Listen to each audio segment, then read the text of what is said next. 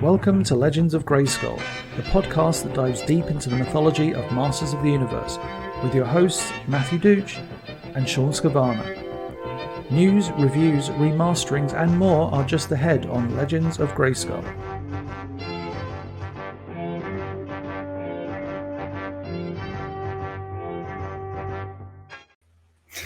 Guess who's back? It's the Legends of Grayskull podcast!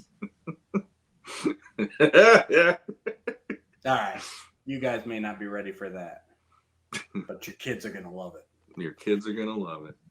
Oh, welcome back to Legends of Grayskull podcast, the fan podcast that discusses the history, the mystery, the magic, and mythology of He-Man, She-Ra, Eternia, Etheria, Nordor, Primus, New Adventures, Old Adventures, Ladybird, UK Annuals, comics, mini-comics, anything and everything you can think of with that Masters of the Universe Princess of Power, that Mattel logo down in the corner.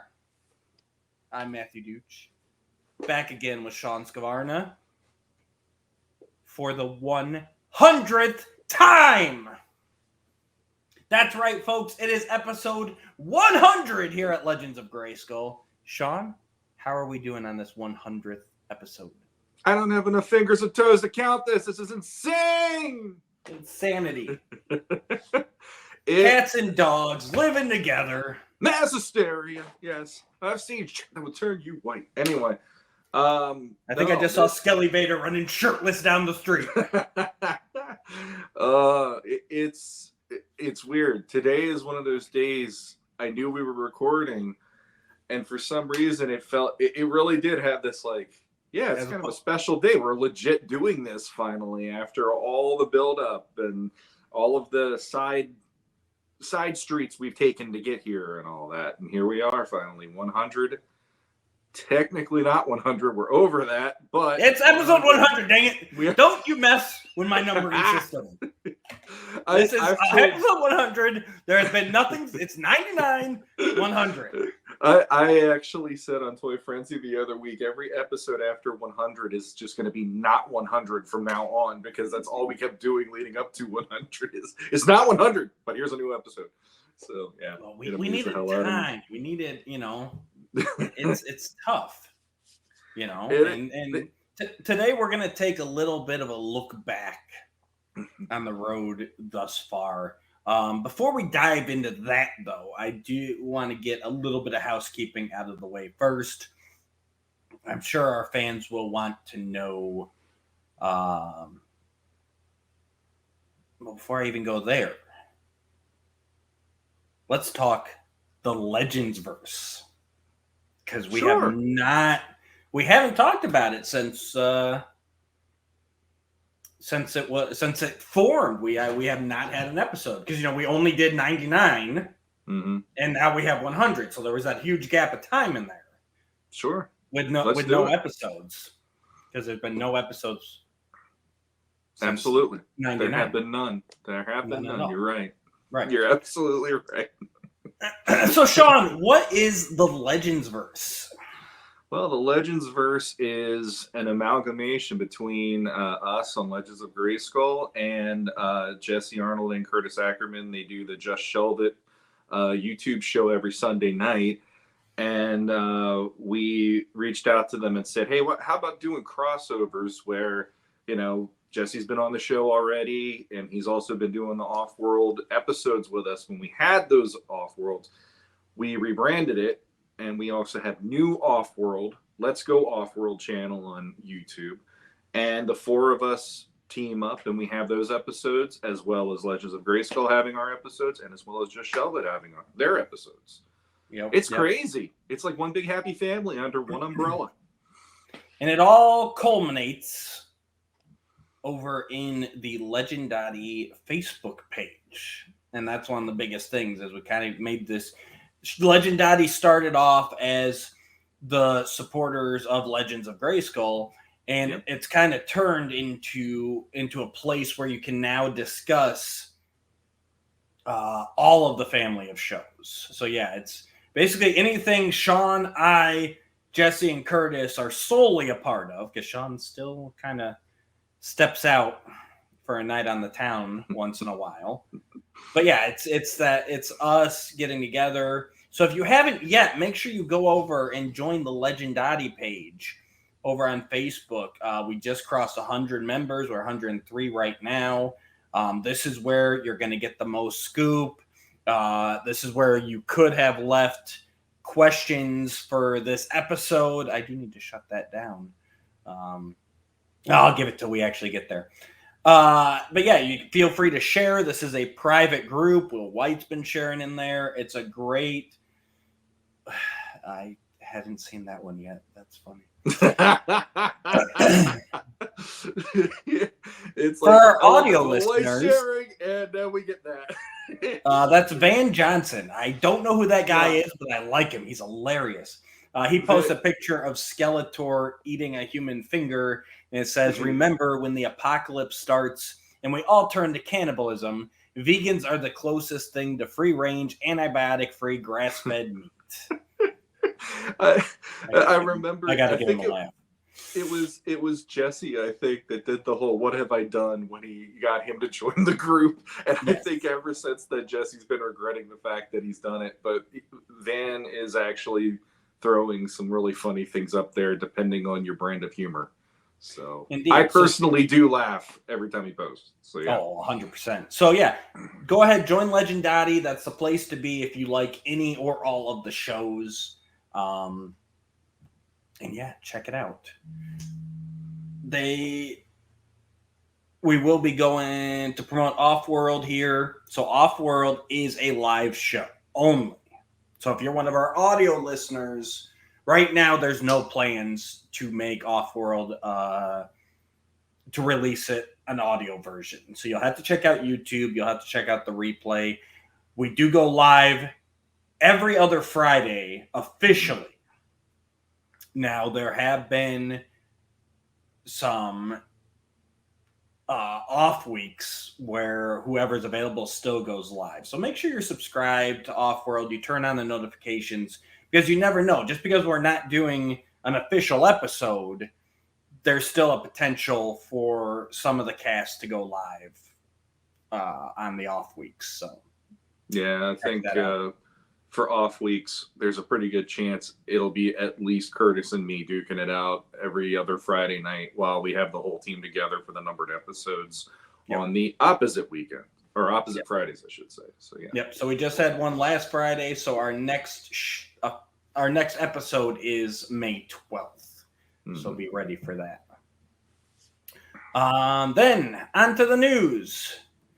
So we did get revealed here that there is a new art book coming out from Dark Horse. This is the art of Masters of the Universe, Origins and Masterverse.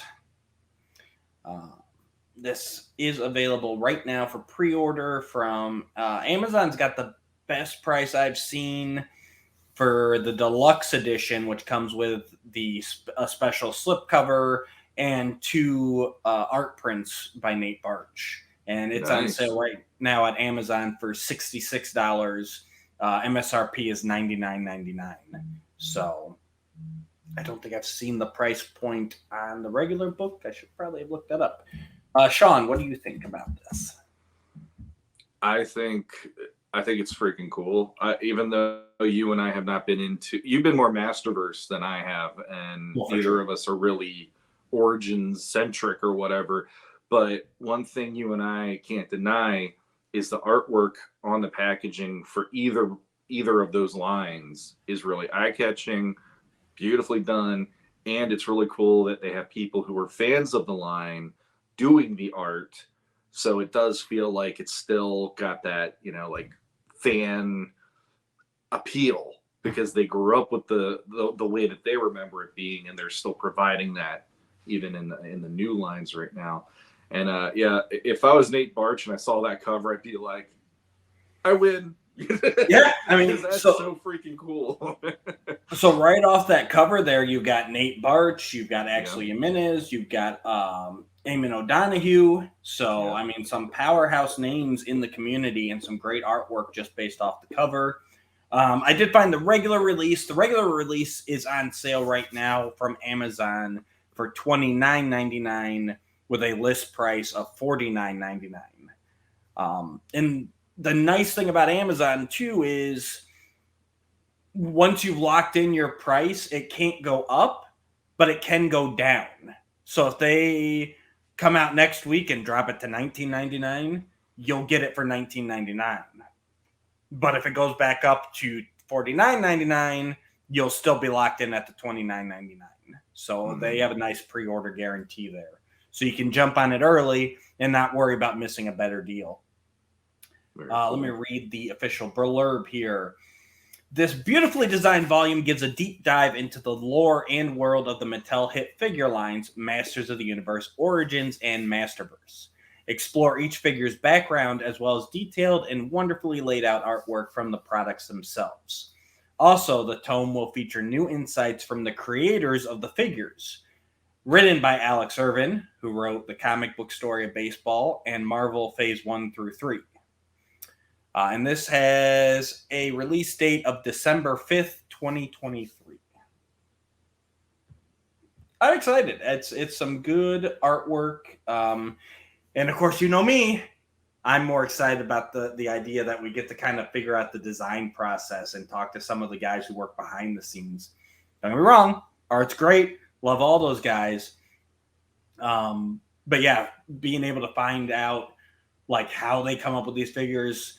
Maybe I'm hoping even see some early concept stuff, especially on the Masterverse, the new Eternia. Like, how did we get from He-Man to Viking He-Man? You know, that sort of thing could be really fun. As well as I know Axel said before that, and I'm sure they all have, that they've had to tweak stuff. Like they'll say, you know, hey, do this figure. And he sends back artwork and they're like, well, take this out or tweak this.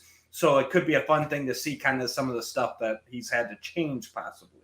Sure. Yeah. And the one question that I've heard once this was unveiled is, does that mean it's going to give figures that haven't been solicited yet?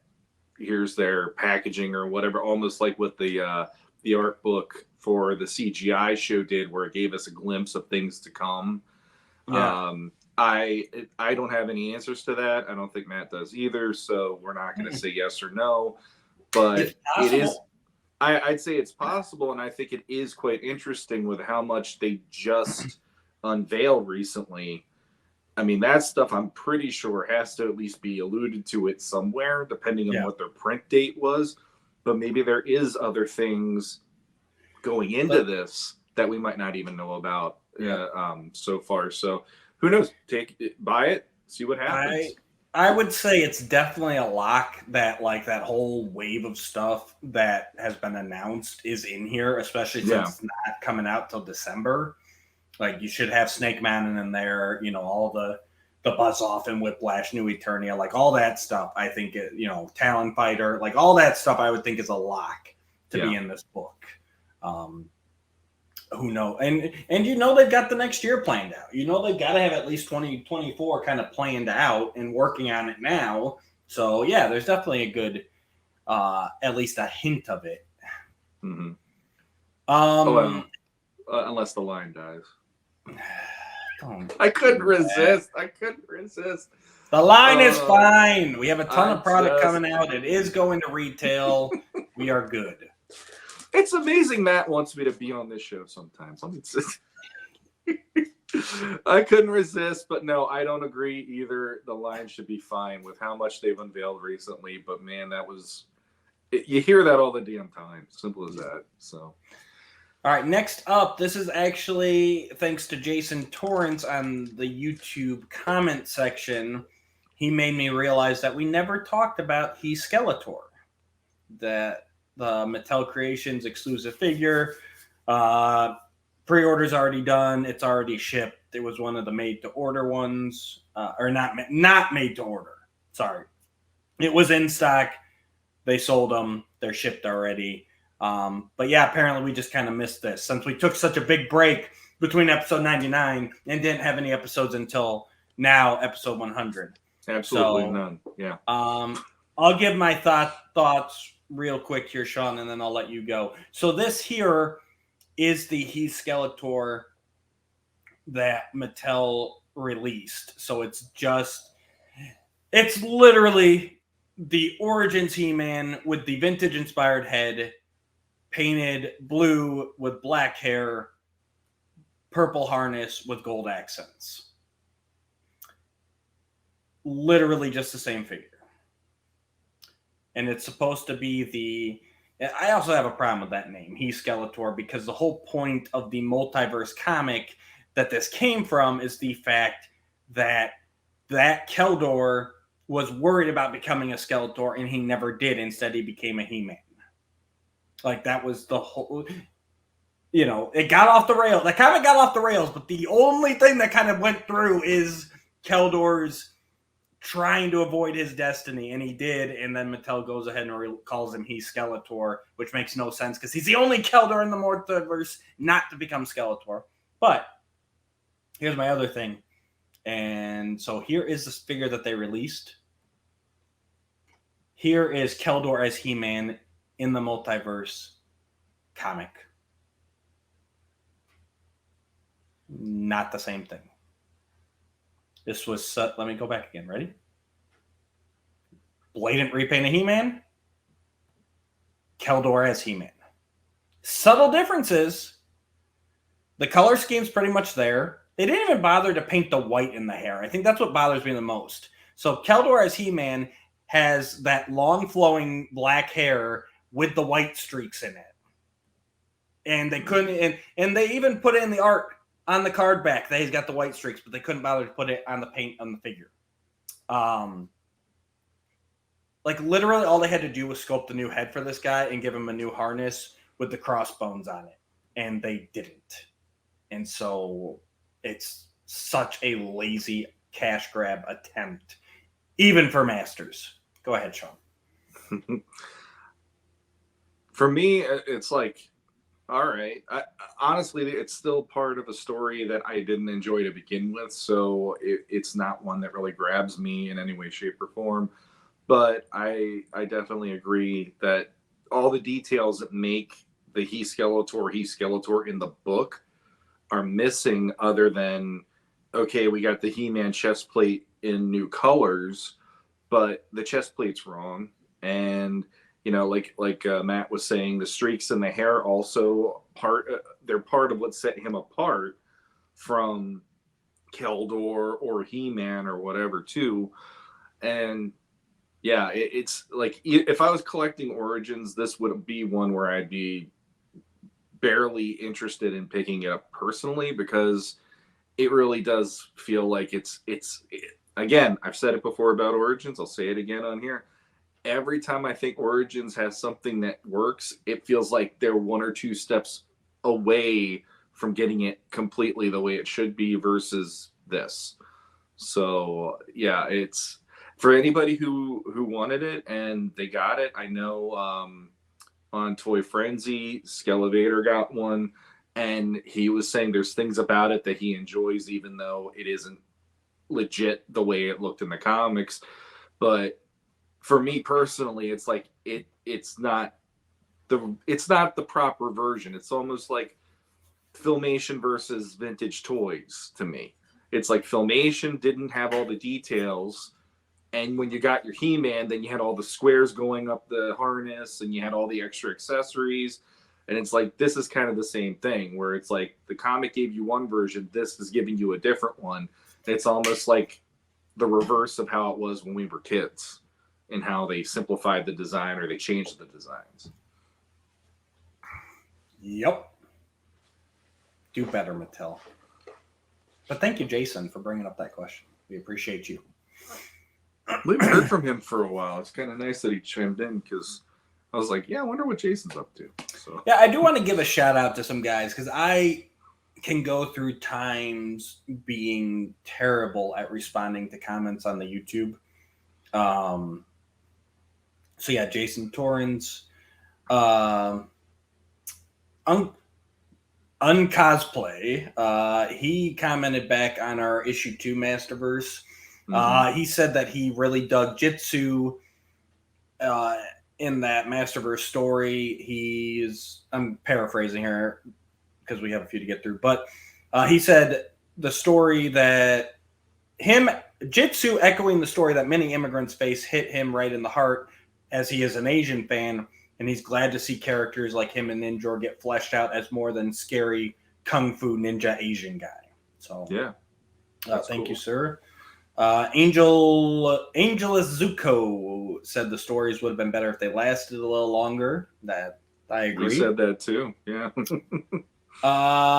Back on the not episode where we talked about CGI being canceled or not renewed. Angel Azuko said the CGI series has an interesting story that deserves to last as many seasons as necessary after so many cancellations. So I agree. It needs to just keep going. Absolutely. Yeah. Carpet Snake 83 said he wants He-Man to have a Super Saiyan moment in the next CGI season. Ram Man needs to die and push him to a new level. That could be interesting. I don't know that I necessarily want Ram Man to die, but yeah, I mean something to kind of push him. And I think if the show does continue, there's going to be a little bit darker. I think it's going to mature as it goes along, as it should, keeping up with the kids and, of course, us adults who watch it. Well, the main thing to me on the CGI show is how big is that sword going to get if it comes back? Because every season it feels like there's like a new size to that sword. Pretty soon it's going to be a house and he's holding it up. It's like, oh God, like what am I doing? I like it. That last episode of the last season, it's like my kids and I were like, holy crap, how big is this thing going to get? It's crazy. We also got back on the Masterverse comic issue 1 review. Thanos Copter said it was a great episode and he had to watch it late because I wanted to read the book first. Highly recommend you always check out the material before we talk about it. Yeah. And Masters of the Mini Comics thanked us for letting him know about some of these books. And he's going to see if he can work those into his shtick, which is putting voice actors and sound effects to the old mini comics. Yeah. That's good guy. I won't give Jason Torrance, Brad Withers, Brick something. Thank you guys. Some of your stuff is a little spoilery, and I'm not going to discuss it right here. Definitely check out episode 98 if you're interested in some spoiler territory stuff.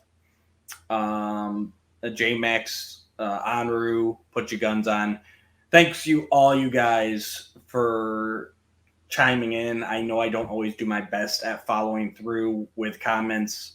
I do apologize, and that's something I personally am going to work on getting better at. But I did want to throw you guys a shout out that we do see them, we do talk about them, even though it's just me and Sean behind the scenes. So yeah, I got to get on my toes with that stuff too. I do check the more recent episodes, but it's usually within a day or two of us uploading. So by that point, there might not be comments, and I don't remember to go back and see if there's other ones. So that's also on me, and we will do better. Yeah, and a lot of times for me, honestly, it's just I get the notification, I'm at work or I'm with the kid, like I'm doing something, and then I just forget to go back. Yeah, so that's understandable. So let's jump back. We're gonna jump back in our Wayback Machine. This is episode 100. We gotta take a look at the road thus far. I should have had Wayward Son. It was either that or I was waiting to hear the Back to the Future theme song. One or the other would have suited that really nicely because we gotta go back. We gotta go back to the future. Just have that moment and you just hear or whatever. So, yeah, I've been watching a lot of Supernatural lately. So as soon as I said it, Carry On My Wayward Son, it just popped into my head, and I'm kicking myself now for not having that ready to go. It's okay. We'll do better. Carry on my wayward son. There we go.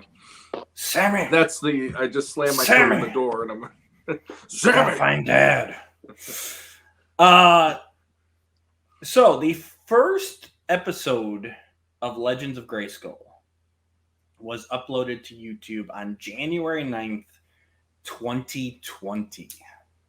So over 3 years ago. But that's not where our journey began. We didn't just We're going wind way up back on the same Skype on January 9th. And we're like, hey, you want to talk about something? Random stranger. How are you on my Skype? Wait, you like He-Man too? This is insane. So, Sean, where did our journey begin? Our journey began on the Whispering Woods Facebook group right before the Netflix She-Ra show was released. As in first season Netflix She-Ra. Or DreamWorks She-Ra. Whatever one you want to call it. All of the above is accurate. Yeah.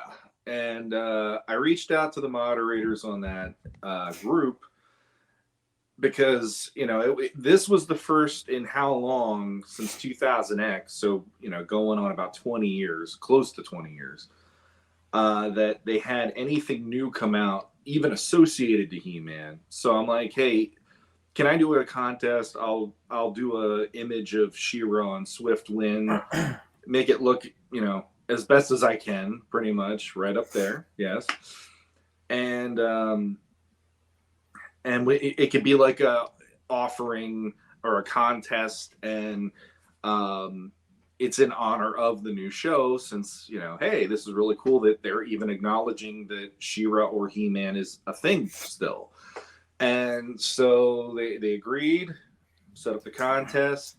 And I still, to this day, I still remember that night when the contest started.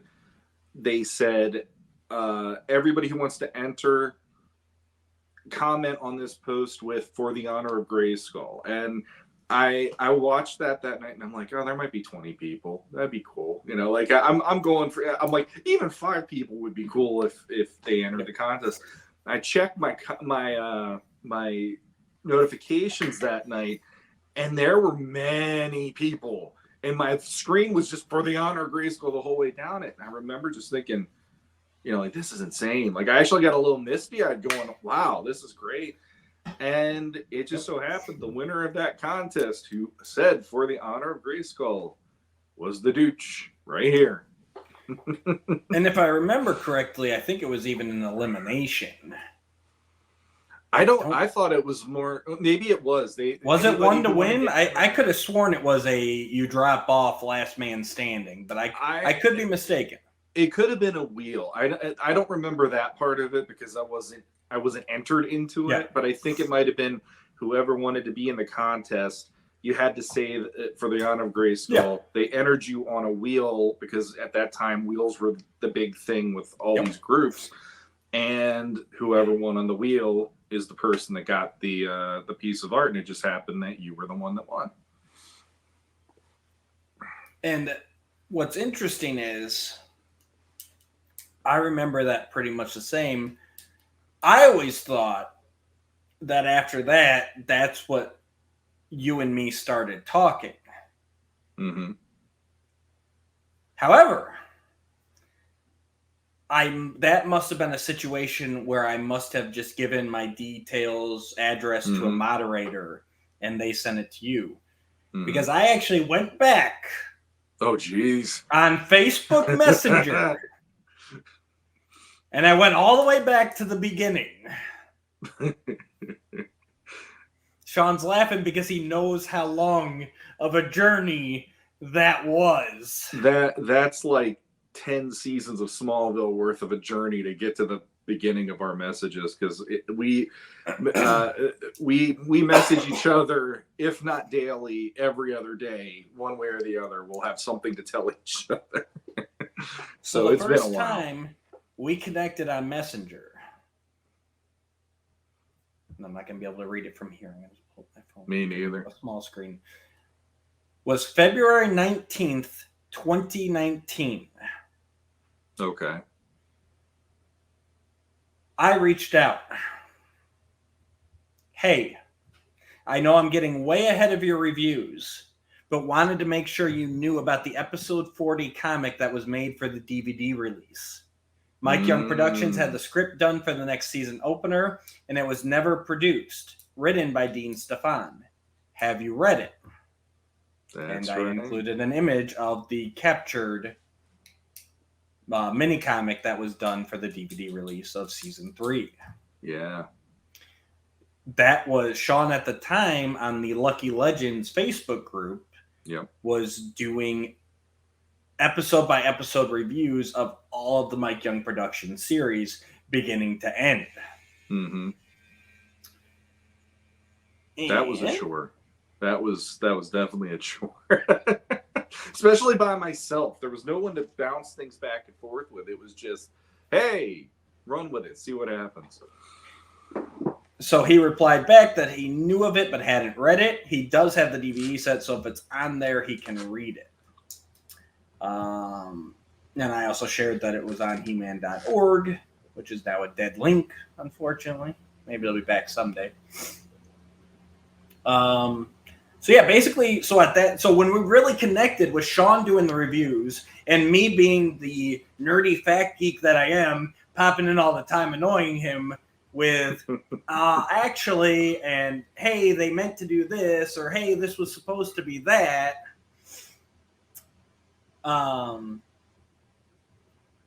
Which he did thank me for. He thanked me for being active on the reviews. He appreciated the knowledge drops and comments. I think at that point, he was probably just tolerating me. He's like, all right, you pesky mother. No, the thing is, like, I got into, like, Lucky Legends was part of the beginning of me getting into classics. And they were a way of me getting some of those classics figures in the beginning because, like, I won Battle Cat through that group and all that stuff because they would do the weekly waffles, they call them raffles. Yep. And so for me, it was like I was just like that was my addiction. That was feeding the addiction. I was really into 2000X, and I always heard people go, "Oh, I never bothered with it," or "Oh, I didn't even know it was out there," or whatever. So with me discovering that cartoon when it was, I guess it was 3 years after it ended, and I was watching that so religiously in like 2005, 2006, and I knew about it even then, and then to go, like 10 years later into the future, and here I am on this group interacting with people. I didn't know all the ins and outs. Matt knows more than I do. I just was passionate enough to want to talk about this stuff. And I had been on another group where it was called the Great Unboxing, where I was now used to going on lives on Facebook and sharing with people and talking with people, and I had enough people on there to go, you're really fun to watch. I hope you do more unboxings, and if you do other stuff, let me know. I'd want to keep up with you. And I'm like, really? Like, I had no idea that even was a thing.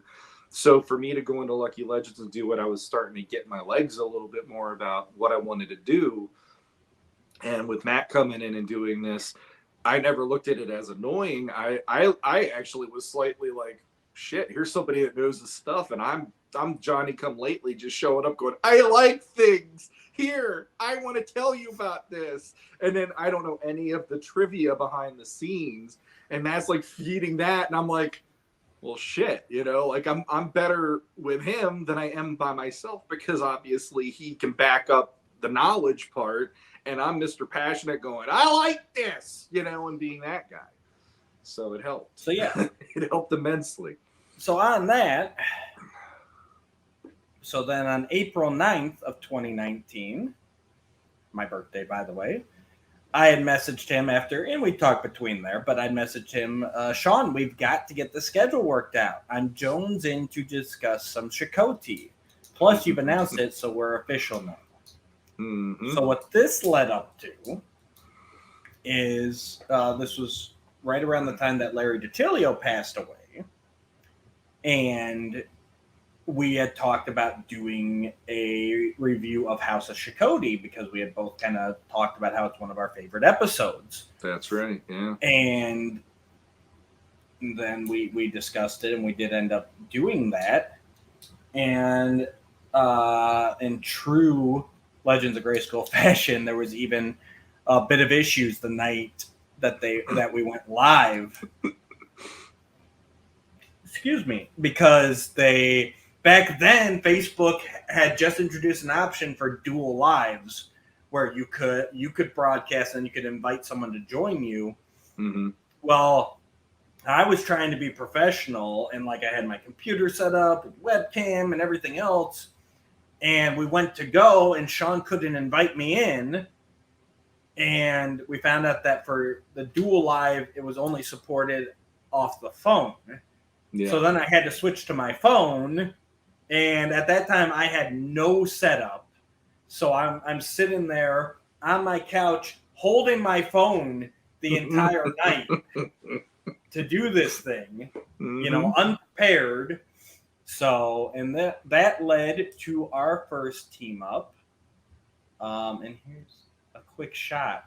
Now and then. Jesus. So yeah, Yep. You're in your basement. You're still in front of the other shelves. I'm sitting in my chair. I'm literally, you can see it. I'm leaned forward and I'm holding with one hand because I have no setup. I was planning to sit at the table with my laptop, and I'm sitting here like this the entire night. And that video is still up. It is still over. You can go to Lucky Legends, search House of Shikoti. Scotty Doesn't Know Reviews. And it is there. Yeah, that is crazy. And, so a little behind the scenes trivia. I don't know if we ever said this before on the show or not, but when we first started Legends of Grayskull, what you see in that photo is me standing in my basement. I had no chairs. All of the chairs in the basement are ones that I wouldn't use to sit on because they're from my grandfather, so they're rickety, and there's a pretty good chance that ain't gonna hold my butt. Simple as that. And we started Legends of Grayskull with me doing the same thing, and with how verbose I get, and also, the douche definitely adds to the verboseness as well. We could go 2 hours, sometimes longer, and I'd literally be standing in one place on a concrete basement floor. And by the time I was done, it literally felt like I couldn't move my legs because I'm like trying my best not to, move around a bunch. I move around more on a chair now because I'm more confident and it's like, it is what it is. You're going to be moving. You're going to grab a drink. You're going to whatever, get more comfortable in the seat or whatever. But back in those days, I was so weird about moving unless I was picking something up to review it. And I think it took us the episode. You mentioned this the other day. The episode that broke me was when we first had Yuka on. Yes. Because Yuka, that episode went the distance. That was at least a 3-hour episode. Yeah, it was an epic episode. And we definitely had some pregame. I remember pregame getting some stuff figured out and everything else. Yeah. Like 3 hours out the door, but I mean, at least 4 hours production time, at least. Exactly. And so I forget, that was within the first year, I want to say. So I was almost about a year into us doing this podcast with me just standing in front of my toy shelves on this concrete for at least 2 to 3 hours each time. And finally that episode, and it's not, no offense to Yuka, he provided awesome insights. Right. He is a great person to have on the show if you really want to dig deep. But me standing there for that long, I remember after that episode, I remember telling Matt, I need to get a chair. And you go, you're not even sitting for this? I didn't know it. The angle, I did not know that he'd been standing this entire time. I thought he was sitting a stool, something. Like, I couldn't even imagine it. I felt more old after those episodes than anything because I tried to walk up the steps and to get upstairs, and I'm just like, ow, ow, ow with every step. It was amazing. So that was on April 14th of 2019 is when we did our House of Shikoti review. On April 15th, I messaged Sean. Holy shit, I just looked at the video, and the runtime is 2 hours and 16 minutes. It does not feel like we talked for that long. It's funny, at that point, we thought that a 2-hour show was a long one. Welcome to the bar. We just set that. Yeah. Jumping forward to here. But you said it was a good time and people seemed to be responding well. Mm-hmm. That's one. Sorry, I had a couple extra on my phone. What I didn't even remember is I had messaged you in October then. Grant, we've been talking throughout there. I don't want people to think like, man, he fucking ghosted Sean for 6 months after that House of Chakotay review. No, Yeah. this is just the important points. Mm-hmm. Actually, this one just took me by surprise because I did not remember it. I asked if I could jump on when you talked Council of Evil and Last Stand for your 2000X reviews, and I even said, like, if you want to keep, don't worry about saying no. If you want to keep 2000X your own thing, that's cool. And I looked it up, and I did come on with you for The Last Stand. Mm-hmm. I do remember that now that you said it, but all of that stuff feels literally like a lifetime ago with everything we've done since then. It's like, Yeah. I vaguely remember even doing those, but like it made sense. I mean, we worked well the first time. The first one, I remember part of that 2 hours probably was us just sizing each other up and figuring like the rhythm and the chemistry and all that. Yeah. And the second time it was more like, well, it made sense. You offered trivia and the behind the scenes stuff that I'm not seeing on the screen. I'm just going by the story. So it made sense to have you come in, and it's like, okay, now we kind of know what our roles are to do these things. Exactly. Yeah, I don't remember it. I went back and I looked, and I'm on there, and I'm like, okay, but I don't actually remember doing it at all. In my mind, the 2000X stuff was all you, and I remember doing the House of Chakotay.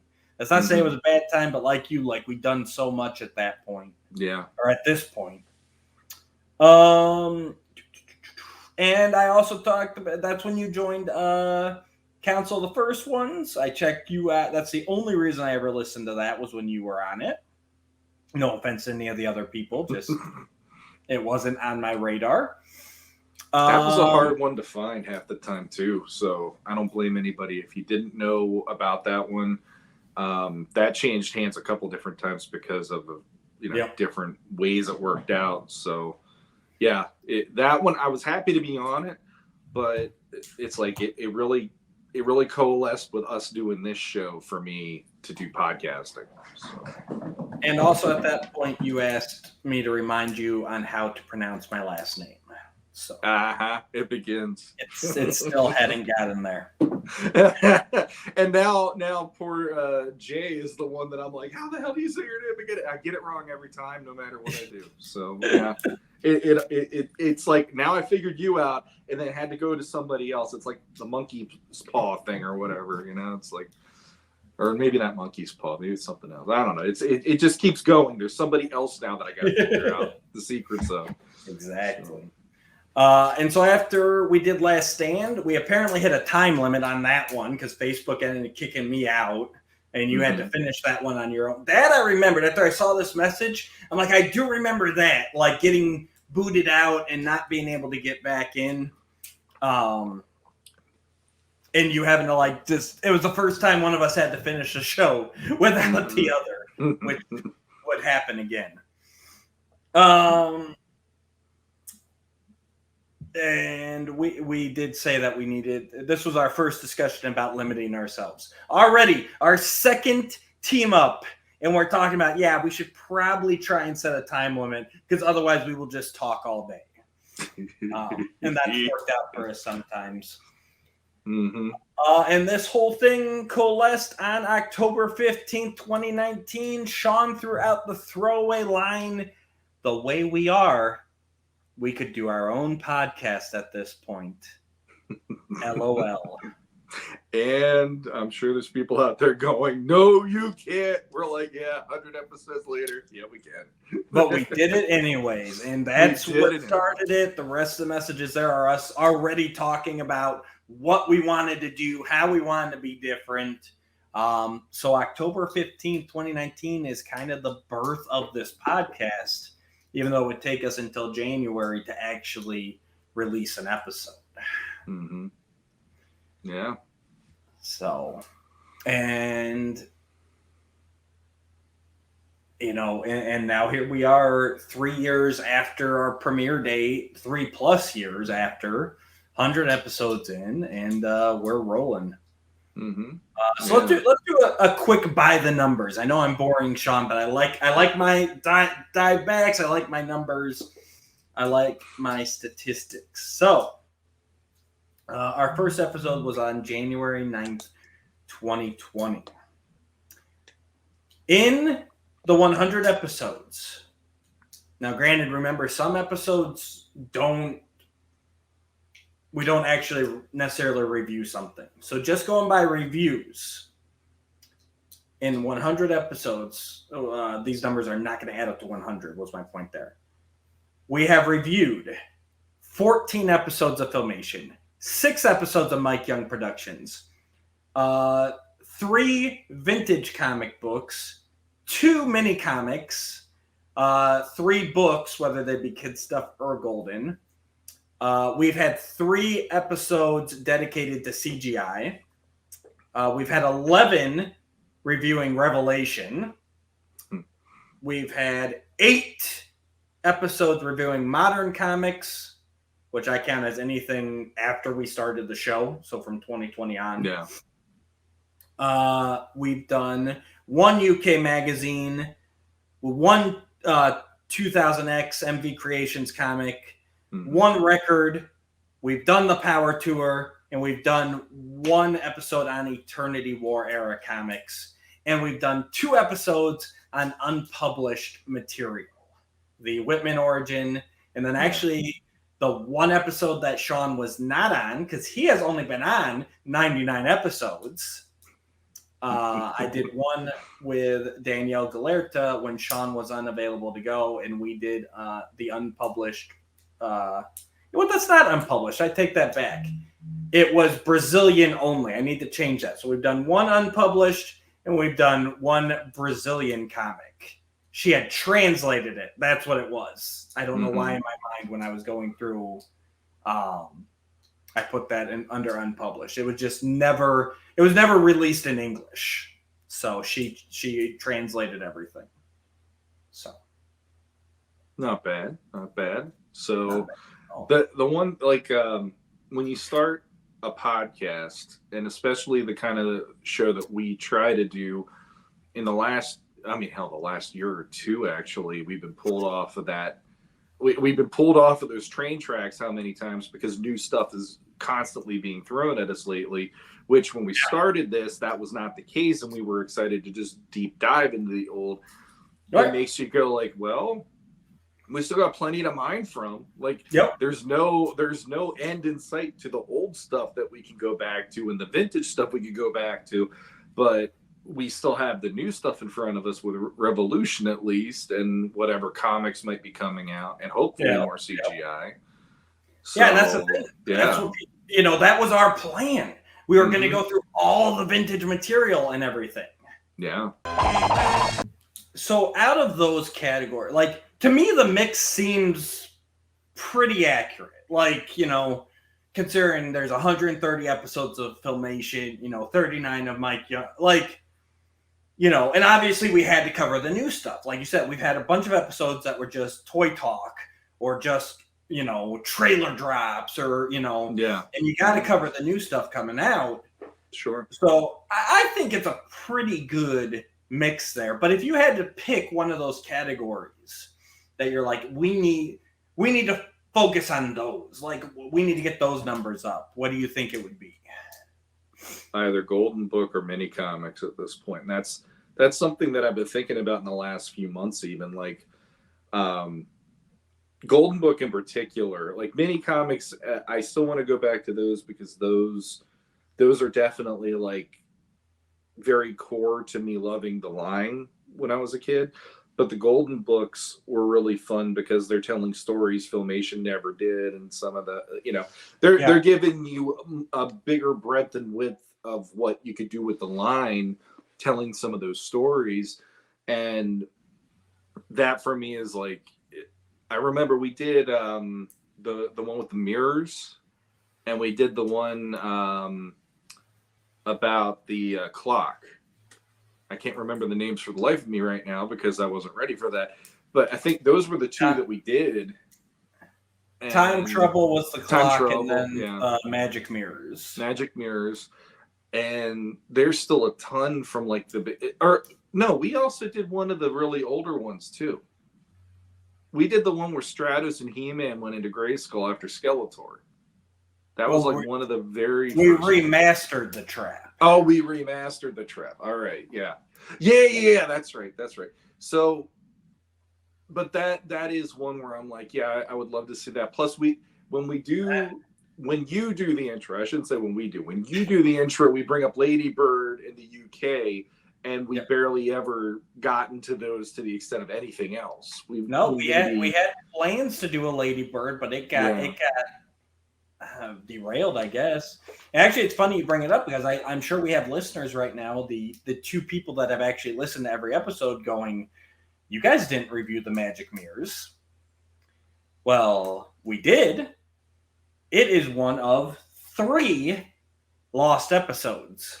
Oh, I forgot about there that. Are 3 episodes that were just too bad to release, and not the too bad from Skeletor's Warriors. Like for whatever reason, audio quality, production issues, whatever, we could not release those.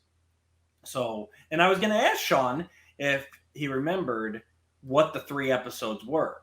So I remember that Magic Mirrors. We didn't we do like a first episode that ended up we couldn't have done it. We did a first episode, or am I completely off on that? You are absolutely correct. We were originally going to start our show with the New Beginning from New Adventures. And that one did not record properly. Mm-hmm. That was what started my lifelong fear of echo issues and learning about headphones and lots of other things that you need to have set properly. Because we never done anything before. We had done Facebook Lives, which pretty much walks you through. It's normally by yourself, because even throughout its history, Facebook has taken away and given back that dual live because it can cause issues. Yeah. And so this was us learning how to do this from the ground up. We didn't even have there's even programs out there now that walk you through it. Like none of those were even an option at that point. Yeah. We had to figure it all out. So, yep. So the Magic Mirrors, the New Adventures, it was the comic, The Beginning. Yeah. We did our animated New Beginning episode for New Adventures. And then the third one, I really thought this is the one that you would remember. You want another minute, or are you good? I don't know if this counts because this was not Legends of Grayskull complete. I mean, it was a Legends of Grayskull Presents, but the first Off-World we ever did. I did not count that because I released it. We released it. We did release it, but then if I remember right, you've taken it down because we both have agreed that the sound quality on that one was completely horrible, but we at least wanted to get that ball rolling with that episode. So I don't remember the third one then. It was our first episode with the Podcasters of the Universe. That's right. Because I did a whole... I was so eloquent, and they almost started crying. Steve actually wanted to cry when I was telling them about my story on how I met them, learned about their show. And then when we got them on the next time, I'm like, I'm not telling you that again. We already had that moment. The moment's gone. And that's it. So we did, and we ended up re-recording an episode with Jeremy and Steve. We did completely different topics. It's a completely different episode because we knew we could not get that magic back. Like if we, and that's what we've done every time. We never went back and redid Magic Mirrors. Because we can't just. We talked about right from that first one. We're like, okay, that didn't work out. if we go back, it's just gonna feel forced, scripted, whatever. Yeah. Like it's gonna lose something. Yep. You're just gonna be trying to recreate those moments. And so we have made it since then that we will not immediately go back and redo it. So, Yep. So the episode that came out with them is completely different from the first episode. We currently, and to answer my own question, actually, I thought you were just going to say mini comics. That was my guess for you. And mine is obviously the golden books and the kids stuff and all of that. Like that is something that has, because that was always available. Like I had limited TV time, limited episodes growing up. You know, we didn't have cable, so I didn't get USA Network where it was, reran, until the early 90s. So like I had what I had on video and that was basically it. And even then, like, we had one TV or two TVs in the house, depending on the time when I was growing up. Like you didn't always get the TV. So like the books for me were such a huge foundation of my childhood growing up because I could always pull them out. I could always have that adventure. And I would go back and reread those constantly. So, and then we also have currently 4 blocked episodes that YouTube will not allow us to show. And basically that is any episode where we show any snippet of Mike Young Productions. Mattel has put a hard ban that nobody is allowed to show those. And I speculated at the time that ban came down that they were going to start doing something. And lo and behold, about 4 or 5 months later, they started releasing weekly on their YouTube channel, episode by episode, the Mike Young series. So I do have to do something with those to try and get them back up there. But it's still nice to be noticed. Like that was one of the very first, wow, we got hit with what? Like, we're like these 2 guys that record in our basements. This is crazy.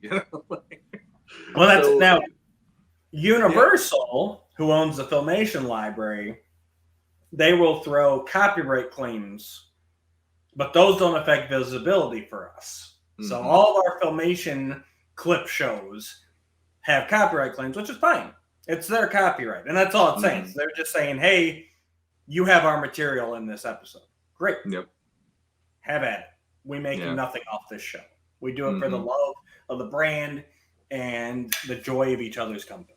So, and that's fine because it is yours. You own the rights to it. I'm, not going to claim that I created Filmation or anything. It's for review purposes. It's just that simple. Like we're not. There's no ownership for us. No way. A couple other quick points. Right now in the lead, actually only by 1 episode, unless I miscounted, Matthew Rodriguez is our most frequent guest host on the show. He's also got, I should put it at the top, but he also has a Kickstarter going on right now for his Defenders of Eden, Armies of Ashmore toys over on Kickstarter. We'll take a look at that probably towards the end of the episode. Stay tuned, guys. We'll check in on how that's going. And more numbers to bore Sean with. On YouTube, our channel has gotten 99,348 views in its lifetime. People have watched us for a total of 20.5 thousand hours. And we're currently sitting at 967 subscribers because we can never make it over that threshold. Our number 1 video episode in its lifetime is episode 56, Kevin Smith's Revelation. That is the one where we showcased when Kevin released the music. It was that video with just him and him listening to the Bear McCreary soundtrack. Bear McCreary. Yep. And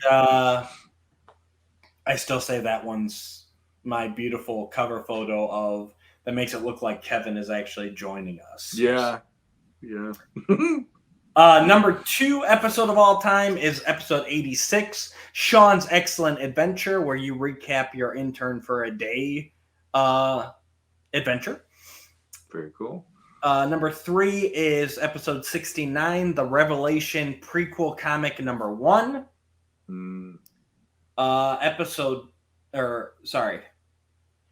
Number 4 is episode 45, where we discuss the Origins Castle Grayskull, and I think that might have also been a Matt Rod. Was that a Matt Rod? I feel like somebody was on with us for that one. I feel like either if it wasn't him, maybe it would be Yuka. Nope, it was just us. I know we talked about Castle Grayskull with somebody else at some point. Mm-hmm. So yeah, we also talked about the Snake Mountain from Super 7 was shipping around that time. So, and then to round out the top 5 is episode 67, which was the Revelation teaser trailer. We actually watched that live for the show for the first time, either of us. And I think we had our top countries on YouTube are the United States, obviously, followed by Brazil, India, the United Kingdom, and the Philippines. That's crazy. Every time like you've done that before, every time I think of anybody from another country wanting to listen to me talk about anything, it blows my mind. So thank you for all of those viewers and listeners from the various countries that want to hear us talk shop, because that's still amazing to me. And my last stats I wanted to throw out, because the audio is still a huge part of this podcast. I do want to talk about our audio numbers, which do vary from our YouTube. So, and that's the only way I listen to podcasts. So, guys, if I don't listen to your show, watch your show, it's because you don't release an audio version. And I know that's hypocritical because I'm not releasing Offworld as an audio, but whatever. It's who I am.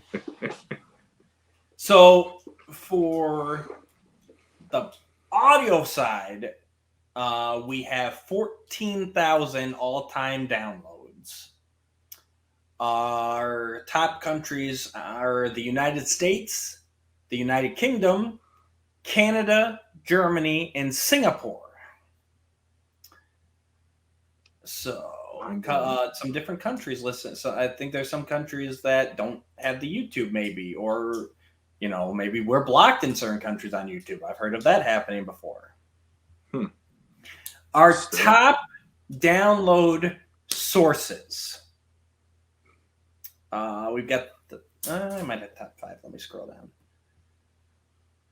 Okay, so I'm going to go the opposite way. I'm going to go from the bottom up here, just because it's fun. So number 5 for top download sources is iTunes. Number 4 is Podbean. Highly recommend that app. It's what I use. Number 3 is Google Podcasts. Number 2 is Spotify. And Sean, can you guess the number 1 download source for Legends of Grayskull podcast? Apple Podcasts. That was so easy based on just how resigned you sound. And to this day, I love the first time where I was like, what do you have against Apple? Like, they know what they did, and that's all I got out of Matt. So to this day, I don't know what they did, but they did it, apparently. And you know what they did. When I first started, yes, it is Apple Podcast by a good margin, unfortunately. But when we first started the podcast, and I think if I go back, it's even got a different date. Oh, that's why you hate them then. Okay, that makes more sense. It took us forever to actually get. I started the audio podcast. It worked fine on all all apps at that time, except for Apple Podcasts. And yes, right. January 9th, 2020 was when I uploaded the first episode, but it wasn't until January 13th that I was able to get the audio going. Mm-hmm. Because of Apple, and because they can't just like the same format that everybody else uses it, and I had to go through all these extra steps to make it acceptable. And the worst part is that the show was showing on Apple Podcasts. But when you went to play it, it just wouldn't play. Yep, I remember. But I could play it on my app and other apps. So I completely forgot about that because it has been 3 years. Yep. And you've had no problems with it once you figured that part out. Yep. But and I'll say it here, you know, Matt is the guy who has been figuring all of these ins and outs out for us to get this far. So obviously, you know, the credit goes completely to him. I just show up and I hope that I shave that day and look pretty. So, you know, he's definitely, I mean, you want to talk about the backbone. He's the heart and the backbone of this show. And I just show up as a mouth and I just do my thing. So, so thanks for that for 3 years now and 100 episodes. I do what I can. I can't believe I didn't think to pull a picture from our first episode.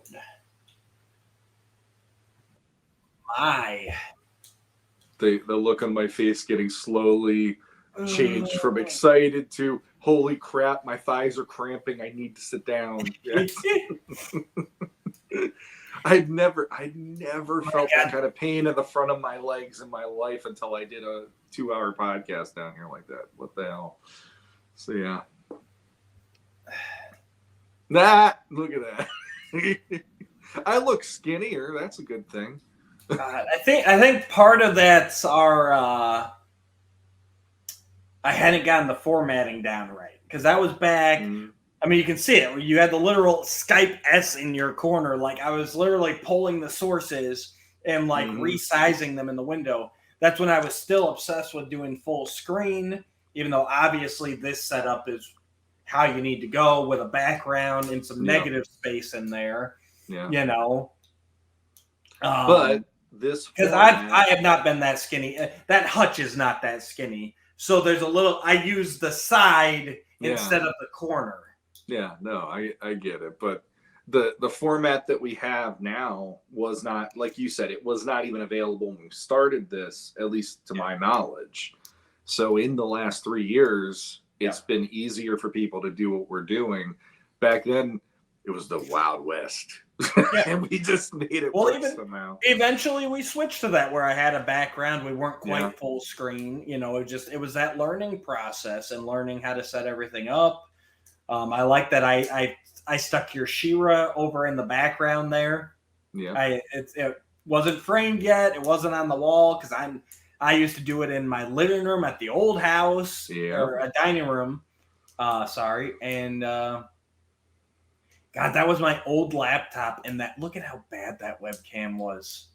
My God. You look kind of like you're underwater. It's got that haze like I'm looking into a goldfish bowl or something. Yeah. Oh. And here we are. Now we're here in full high def, widescreen format. Why, God, why? Anyway. So, Sean, looking back on 100 episodes, what was your favorite moment on the show? So, I have thought about it, and I think probably the episode that really worked for me the best, it was one of the most fun ones that I can remember, was the Revelation Eve one we did.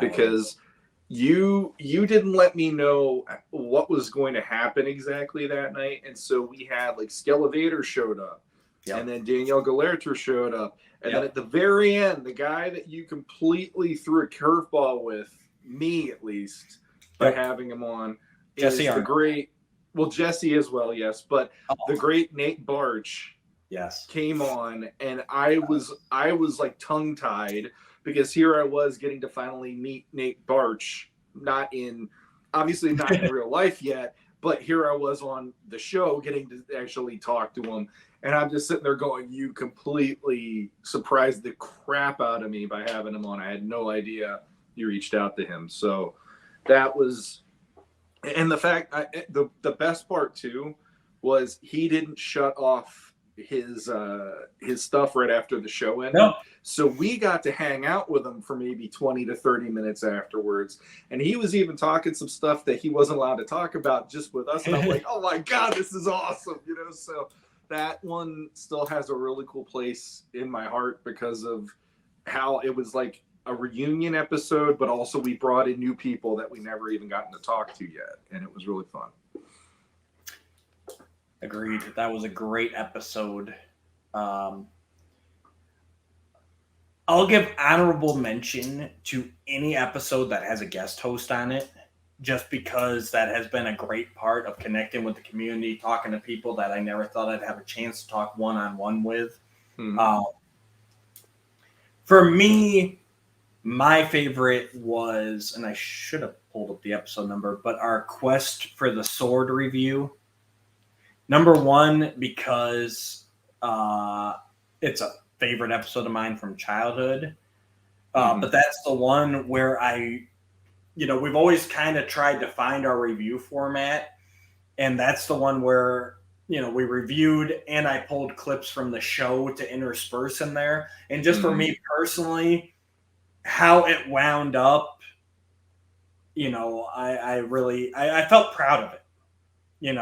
It took a lot of time, but I'm really proud of how that came together with the clips and the interspersing and our review and everything else. So I guess, as you said, from the beginning, I've kind of been the one recording. So from a technical standpoint, that one really stands out to me just for what I was able to accomplish there. And hopefully in the future here, we'll get to be doing more of those. They're intensive, but I think that end product is well worth it. Sure. Absolutely. So if you had to sit here now and somebody's just jumping on there like, what's this Legends of Grayskull? Let's check this out. Okay. What episode would you send them to? All right. So we just recently did the remastering of the Beastly Sideshow. Mm-hmm. That might be one that I would send them to because I personally did not know if that was a fan loved episode or not. Personally, for me, it was not, and therefore it was fun to look at it from how does this work or whatever to make me interested in it, to make it work or whatever. And for me, I would maybe go, okay, this is something we bring to the table doing our show, that it's not just a review. We look at the show and what's the spirit of the episode and how do you make that spirit stronger by us kicking around ideas in order to make a story that might need help better. Or if it's even like a love, like it is, maybe looking at it from a different perspective so you can go, hey, that's actually a really cool version of it too. And even remastering the moral at the end of the episode, because I know when Simba's Guard mentioned that, I was kind of proud of that myself. Like, hey, we went the whole way through. It wasn't just here's the episode, but the moral's the same. So I might point them in that direction for the fact that I feel like that was one of the first episodes in a while where we were able to get back to something that was our typical format compared to the new stuff we've been doing for how long. I can agree with that. That was definitely a fun one. It got great feedback, and I can definitely agree with that. What about you?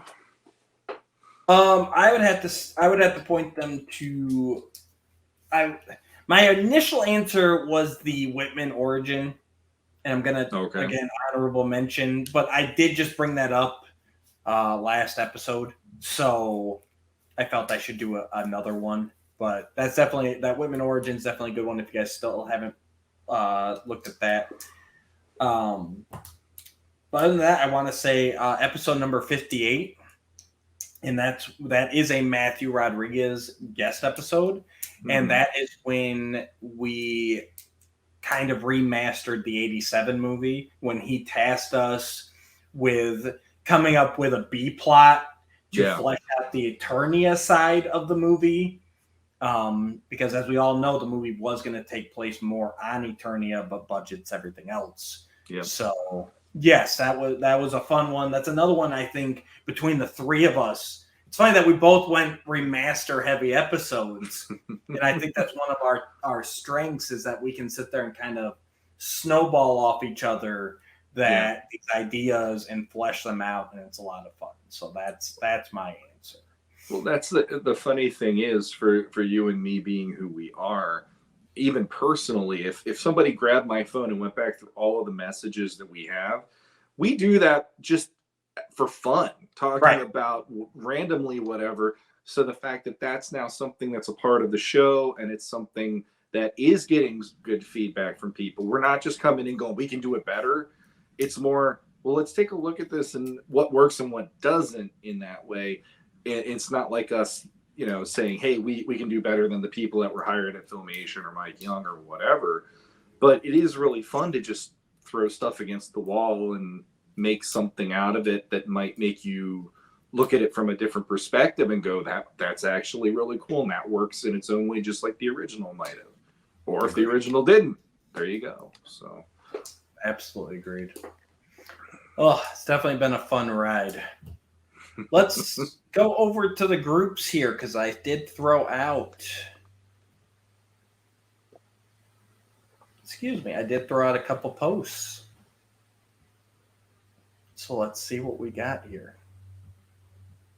First, and I am turning off the comments if you didn't get them in. Too late. All right. Over in the regular Legends of Grayskull podcast group, we did get a congrats, guys, from John Caulfield, Jay Gravate. Love you, Jay. Said, woot, congrats, you two. And Skelly Vader asked, when's the cutoff? Did I miss it? Now you have, Skelly, unless you're in the other group. Jump over to the Legendati group here. Also turning off comments. Thanks, everybody who jumped in.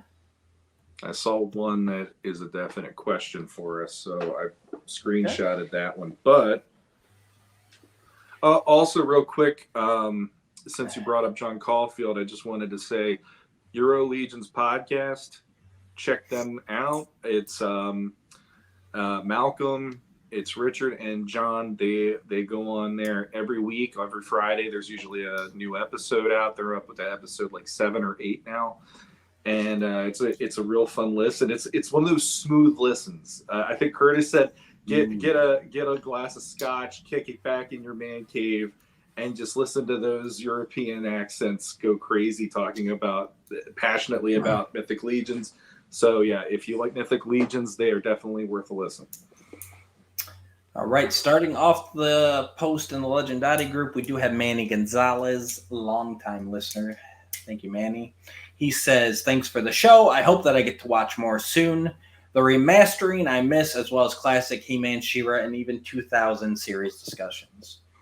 We agree, Manny, and definitely on our list to get back to the basics. Jacob Hicks, welcome, sir. He says, congrats. Found this show in 2020 after I started into Origins. Been away from Mode 2 since 2000X ended. Been enjoyable finding other kidults and fathers with similar interests. Can I get a late cake shout out? Turned 40 on the 30th. Happy birthday, Jacob. Sorry I missed it. Happy birthday. You had a great day. And as someone who's approaching the big 4-0 sooner rather than later, I'll be with you shortly. One of us. You guys are so old. Mm-hmm. JP Casto. That's a name I haven't heard in a while. Congratulations on 100 episodes. Love the podcast. Keep up the great work, guys. Thank you, JP. Always a pleasure. Anthony Houseel. 100. Guess it's good enough to start listening since it's good. Looks like it's got legs. Yes, Anthony. It is time to start listening. And we gave you some great recommendations as well a minute ago. So Skelly Vader yesterday said, "Do I still have time to call in?" There was still time yesterday. Hopefully, we'll hear you in the voicemails. Jay Gravatete says, "Congrats on finally hitting 100. Now, Matthew Duch and Sean Scavarna, you two have been chosen to come up with the story ideas for the unmade Masters of the Universe movie sequel. What you got for us, and how can you fix the first film's mistakes?" Mm-hmm. Okay. Sequel idea. Well, I'm going to cheat a little bit, as in I know that there was a sequel pitched at least, and that it inevitably made it onto screens as Jean-Claude Van Damme's The Cyborg. Yeah. In which I have not seen The Cyborg, but just going from the title, I'm going to say that the sequel would have involved Faker. And so it's Skeletor. So Skeletor, is deceased after the first film. We know he pops up at the end. So it's him from the shadows unleashing the Faker robot to convince the people of Eternia that He-Man has now gone evil. And so now He-Man must prove his innocence. So we stay on Eternia. And don't get me wrong, I love the first film. And I don't feel it has as many mistakes as the first, as a lot of people. But, obviously we need to stay on Eternia for this time. And basically, in my mind, I don't have everything fleshed out, but it's basically going to be a whodunit with He-Man, Teela, and Man-at-Arms trying to prove He-Man's innocence. And I would bring in Adam as well. And so that gives, a little leeway. And there may even be a point in the movie where he has to stay Adam because He-Man is so wanted for all the horrible stuff that Faker's doing. And ultimately they expose that it is Skeletor, and we get another classic showdown with Skeletor towards the end there. And it's funny he mentions this because in our remastering with Matt Rodriguez, I threw out there how I felt that Adam could still exist in this world. And I even threw something into that remastering to account for that. So that's kind of my basic idea. Stay on Eternia, have Faker, just a nice whodunit, core cast, and maybe they have enough budget in the sequel to throw a Battle Cat in there. Nice. I guess I'm thinking about it from what the first movie did, and there's a part of me that I'm kind of with Matt on this one, because even if I'm a mini comic fan, you got to give the fans what they want, and the fans typically want Adam to turn into He-Man. They'd love Cringer to be Battle Cat and all that kind of stuff. And I think it would have been interesting to have a fallout from the first movie of how long He-Man had to be He-Man in that. And it's almost the Eternity War problem, where he didn't relinquish the power even when he didn't have the sword and all that stuff. He still had to stay He-Man and all that stuff. And I almost like the idea of examining the fact that Adam doesn't want to be Adam anymore, almost. It's like he's now like, well, I'm scared that's going to happen. They broke into Grayskull using the key. It's like, I got to be on my game more and all this stuff. So the sequel, that the way that I'm looking at it is, then it would be Man-at-Arms and Teela seeing Adam reacting that way and him not giving up the power, and having them go, we need others to help. So they, instead of whatever the Eternian Guard were in the first movie that ended up getting overtaken, that's where you start bringing in Man-Faces, Ram Man, Fisto, and all these other characters that weren't in the first movie. And that's how they're bolstering their ranks, where there's these specific individuals who can pick up as a unified team and maybe fight the fights that only He-Man could if they're working together. And then on the other side of that, I kind of dig the idea of what you're saying about the Faker idea. So if Adam doesn't want to be Adam and he keeps feeling he has to be He-Man, then Skeletor needles in on that using the Faker idea, because the one thing that the mini comics have done recently is they've shown there's a battalion of Fakers. So instead of him having those Darth Vader looking soldiers and the Stormtrooper looking soldiers, now it's a battalion of He-Man clones that he's, like robotic clones and all that stuff.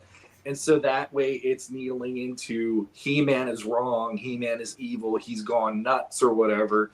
And this now unified group of masters are now having to go up against this larger force in that way. And everybody stays on Eternia. And honestly, I think the way that they would figure that out at the end is He-Man comes riding in on Battle Cat. We all get to see the freaking epic moment finally of He-Man live action riding Battle Cat into battle, and everybody losing their freaking minds finally, because that would have been an amazing moment to see on the big screen when I was a kid watching that movie. I agree. Very cool ideas. I'd watch either of those. Both of them. Let's merge them. Thank you, sir, for the great question. All right, guys, let's go ahead and take it over to the hotline. Hotline. Legends of Grayskull's got a hotline. You can call us at 219-767-6011. Leave a voicemail. That's all you're going to get. No one's going to answer. It's going to be a voicemail. And yeah, we'll be able to play it on future shows. So again, for our audio listeners, that number is 219-767-6011. Let's go to the voicemails. Our first caller. This is Curtis Ackerman, a.k.a. The Inevitable. Just want to wish you guys a great, happy 100th episode. Huge accomplishment. So just couldn't be more proud of you guys. As far as my favorite episode or moment in the show, I think it would be the episode where Steven won the auction for the Wonder Bread He-Man. It was just a really good episode where we're kind of following throughout as Steven's making bids and he's getting outbid, and then finally at the end of the day, that was Podcasters of the Universe. I don't know that I've ever seen your show, but still, congratulations on 100 episodes. Keep it up. Nice work. I'm sure I'll catch it one day. Thank you, Curtis Ackerman.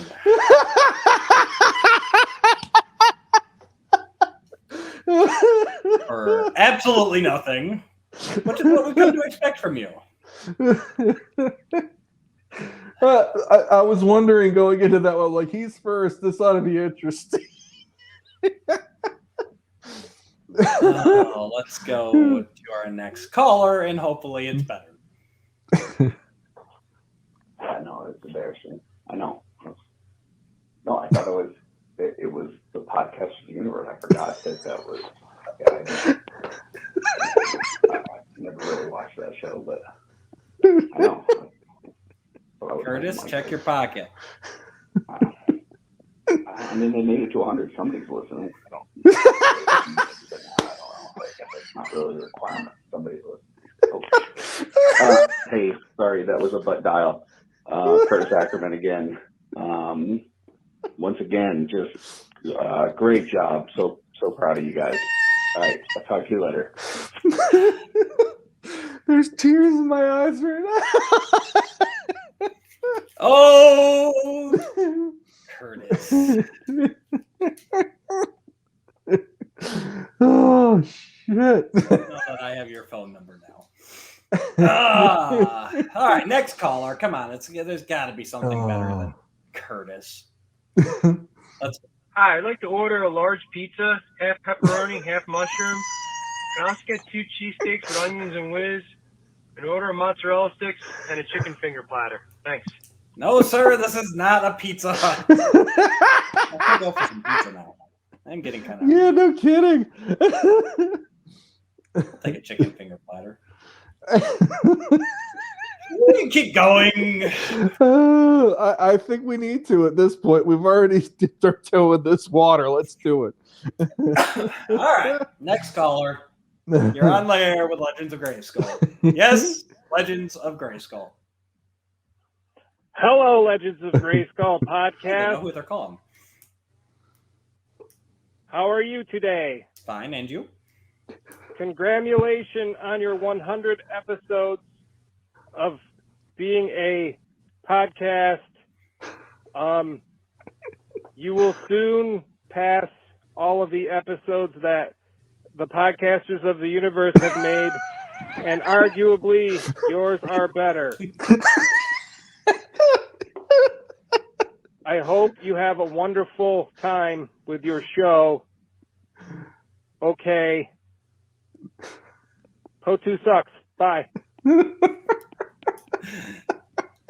Oh, and thank you, Jeremy DeWitt, for that wonderful voicemail.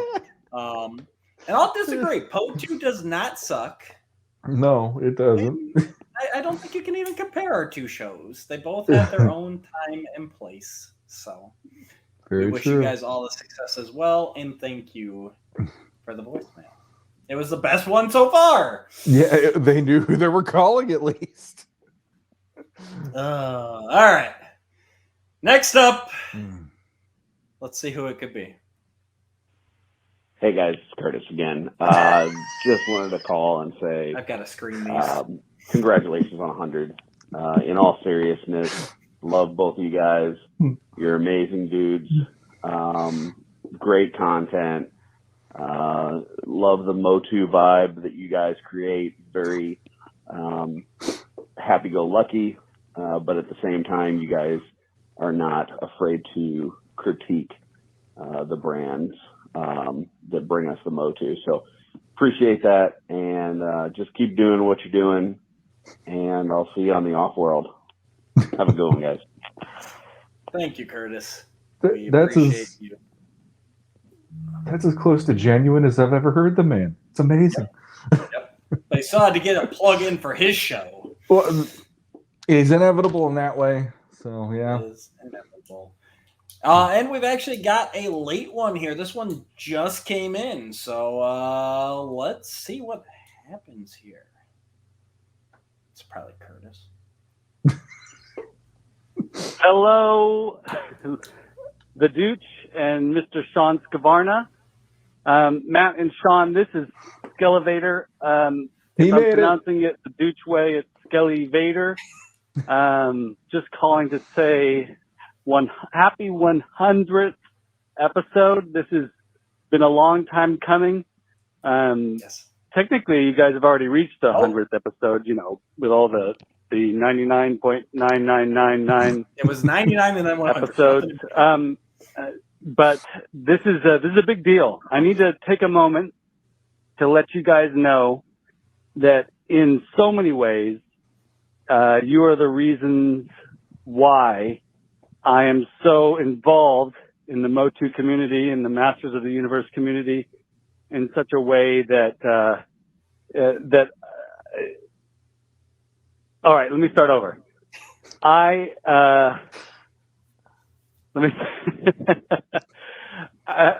sorry, there's all kinds of machinery going on over here.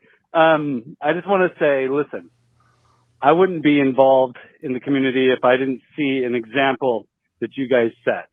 I started listening to you guys when I first started collecting seriously again, when I first started dreaming up my diorama, my model builds. You guys were right there with me, even though we hadn't started dialoguing yet. But you guys are huge inspiration for me and for so many others.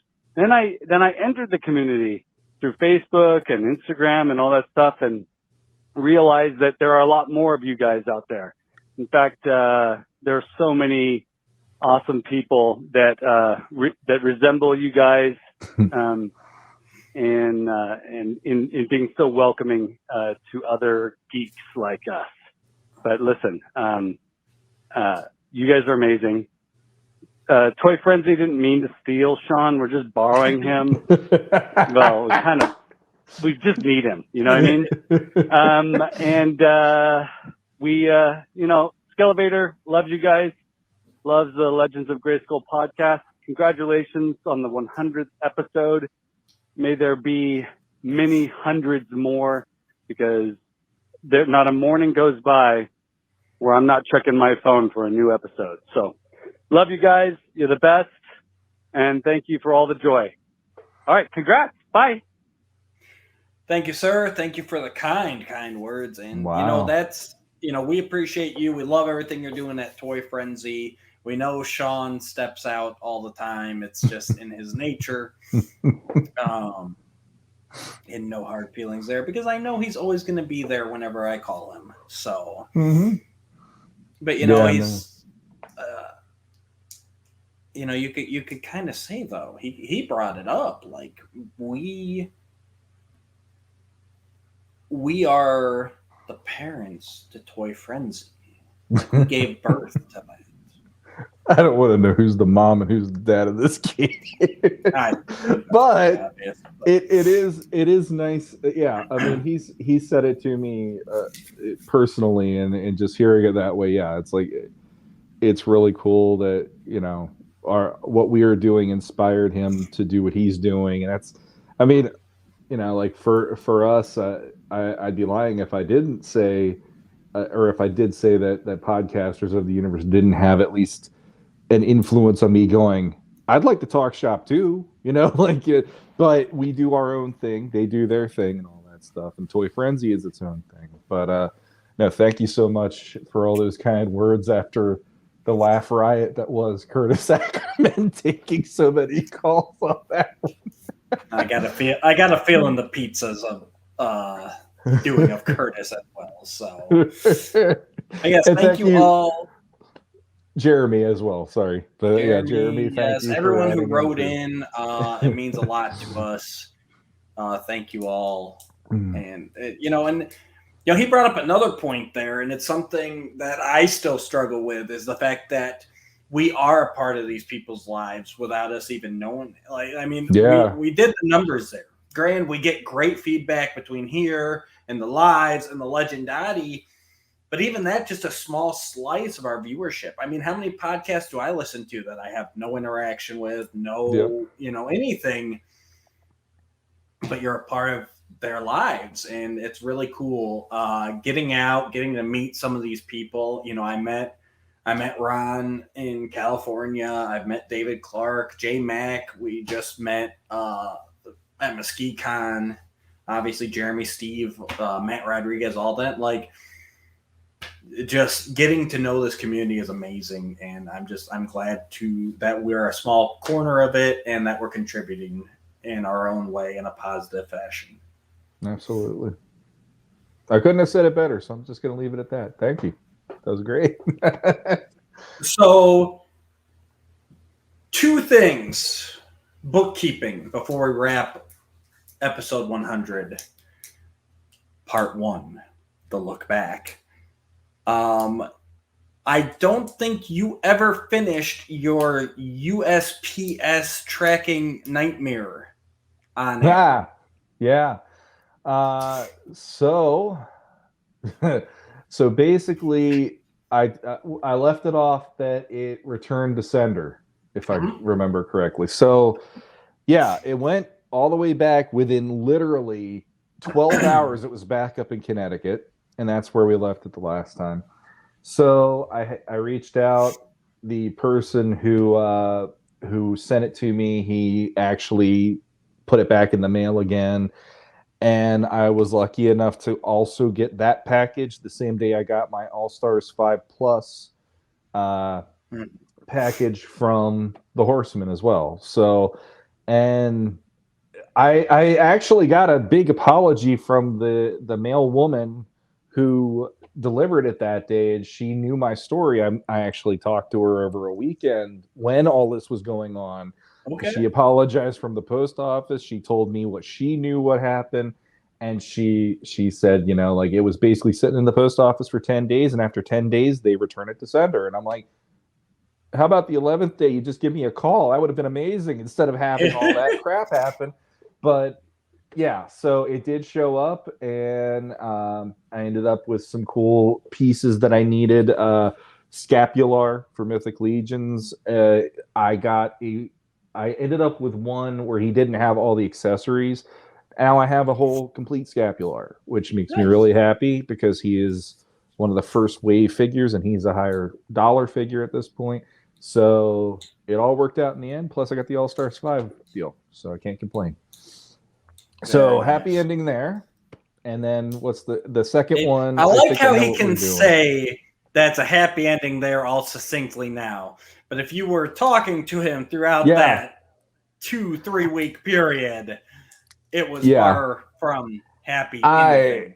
I have never been on pins and needles so much waiting for something, and it wasn't so. It was number one. It was the amount of money involved, because it wasn't just like, oh, here's a $20 figure, because this is a figure, and the accessories were things that if they were lost completely, there's no way I'd be able to just call up the Horseman and get a new one or something, or call up Big Bad Toy Store or whoever. It being over eBay and back and forth with a seller is a whole different thing. And on top of that, it was literally I could not believe how in literally the day I find out there's something movement on this, then suddenly it goes back to, I was livid that whole time. Thankfully, we're like a month removed from when that was. So I can look at it and I go, well, it ended up being a happy ending in the end, but that was literally like 2 months of me going, what the hell? Like, it was driving me crazy. So now that I know the ending, I can look back on it and go, well, that was a little bit of a, like a speed bump in the road to happiness. Fair enough. But anyway. All right, and then the second part, I believe, is on you. And that would be where are we going here? That would be the Curtis Ackerman question, ironically, since he's made a cameo more than a few times. When was that? It was a couple months back. It might have been 99. It was even before 99, I think. I want to say it might have been 98. Maybe, Curtis responded to one of my posts in the Legendati group, and his question was, you are in the 80s working for Mattel, and you have been tasked making a new heroic figure to fight with He-Man against Skeletor. You need a cool action feature and name for the character. What are they? And we have let this one simmer for a bit because it is a little more involved than a typical, So. All right, so here's what I've got. Here we go. I've got... Now, I defied Curtis a little bit. Well, you would. So I would. I expect nothing less than that from you. So I actually came up with an evil warrior. Okay. Instead of a hero. So, but I still came up with a vintage action figure. He's got a cool action feature and everything. So, my action figure, this new evil warrior, he's a buff dude. All right. He got the muscles on muscles, but he's got the demon feet. All right. He's wearing no shirt, blue overalls. Okay. He's got a big straw hat. Okay. He comes with 2 spinning blades instead of hands and a lawnmower. He is the evil counterpart to Moss Man. He is the evil groundskeeper known as Acre Man. I was wondering if you're going to tie him into this or not. So the evil Acre Man, you press the button on his back and he's got the spinning blades of doom to cut down Moss Man's hedges. And then he's got his evil lawnmower to trim all the bush away from Moss Man. I like it because I like that you took it in a direction that made me laugh, and because I well, I'll say it after I do mine because I came up with this random thing this morning to make me go, okay, and there's two ways I could look at this at this point, so I'll try to make it a little concise. So now you got to follow up Acreman, which is ACR, obviously. So Acre. I had this idea of like if it's a heroic warrior, and I'm one of those people that I'm not a big fan of the action features. I'm more of the, if you do this the waist, like everybody had the punch waist, the power punch waist, that usually was more than enough for me because it didn't have to involve doing anything that I couldn't pose the figure otherwise. But then I started thinking, well, I don't like the action features, but what if it was a situation where you're adding something and that is the feature that you're doing?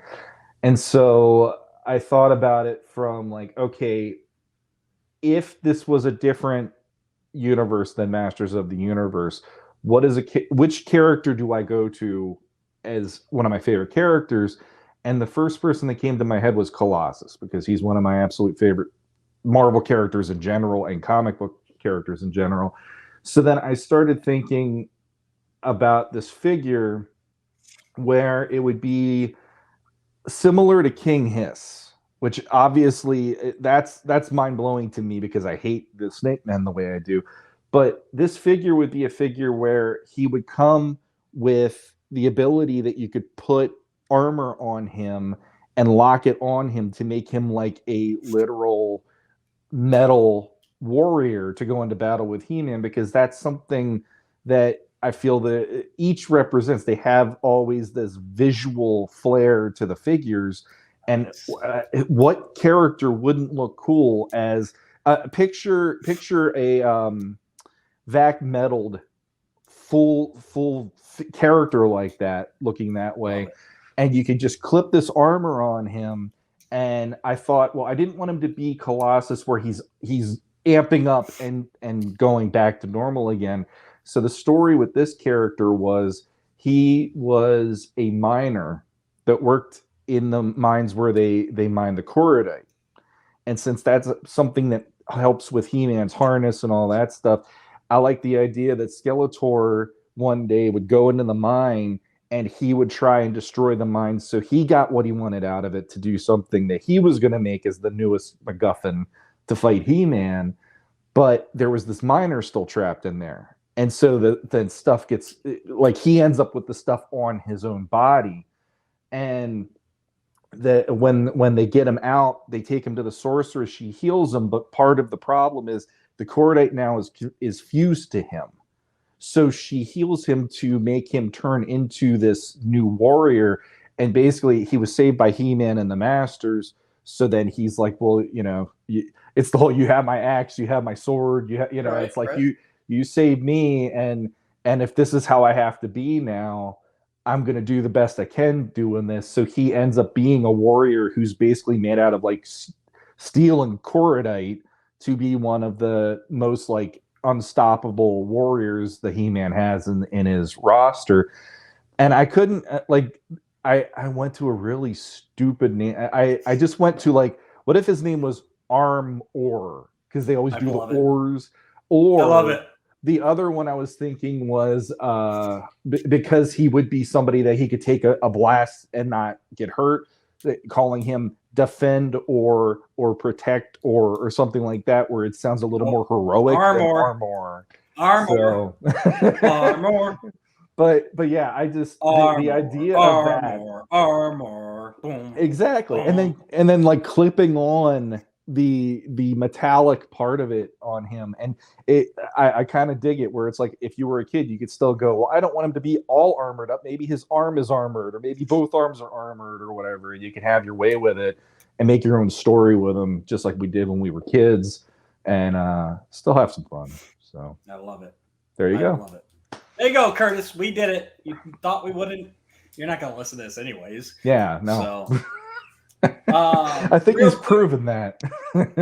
Real quick here, jump back. I don't want anyone to feel left out. I want everything tidied up and taken care of at the end of episode 100, part 1. So I forgot to refresh the page before I read all of our comments. So there were 2 that came in after I had thrown out that last call. And it's Curtis Ackerman and Curtis Ackerman. I don't even think he's part of this group. No. J Mac wrote in, I just want to thank you for your podcast. I've enjoyed it for a long time, and it helped me while I was working some dead-end jobs. Listening to you guys reminded me that there is other like-minded individuals out there who enjoy the same things I do and make me feel like we are part of something bigger, and have enjoyed every episode. Thanks, guys. Wow. Thank you, Jay. You are amazing. That got me in the feels, man. That's awesome. I mean, then I love being able to do that, because that's what podcasts do for me. They get me through the day. They, they break up the monotony. They help me focus on those menial tasks. So, absolutely. And then last one we got is Jason Torrance, and he does say, "Congrats on the 100th episode. Keep up the great work." Awesome. Good to hear from you, Jason. Absolutely. So thank you all. I think this wraps up episode 100, part 1. Oh, I did promise to look in at Defenders of Eden. That's right. Let's jump over there right quick. Defenders of Eden. Here we are. We got the Defenders of Eden. Matt is currently sitting at $82,863 towards that 109 goal. He's got 349 backers, and we still got 32 days to go. So plenty of time. Instead of scrolling through the whole thing, let's take a look at this wonderful video.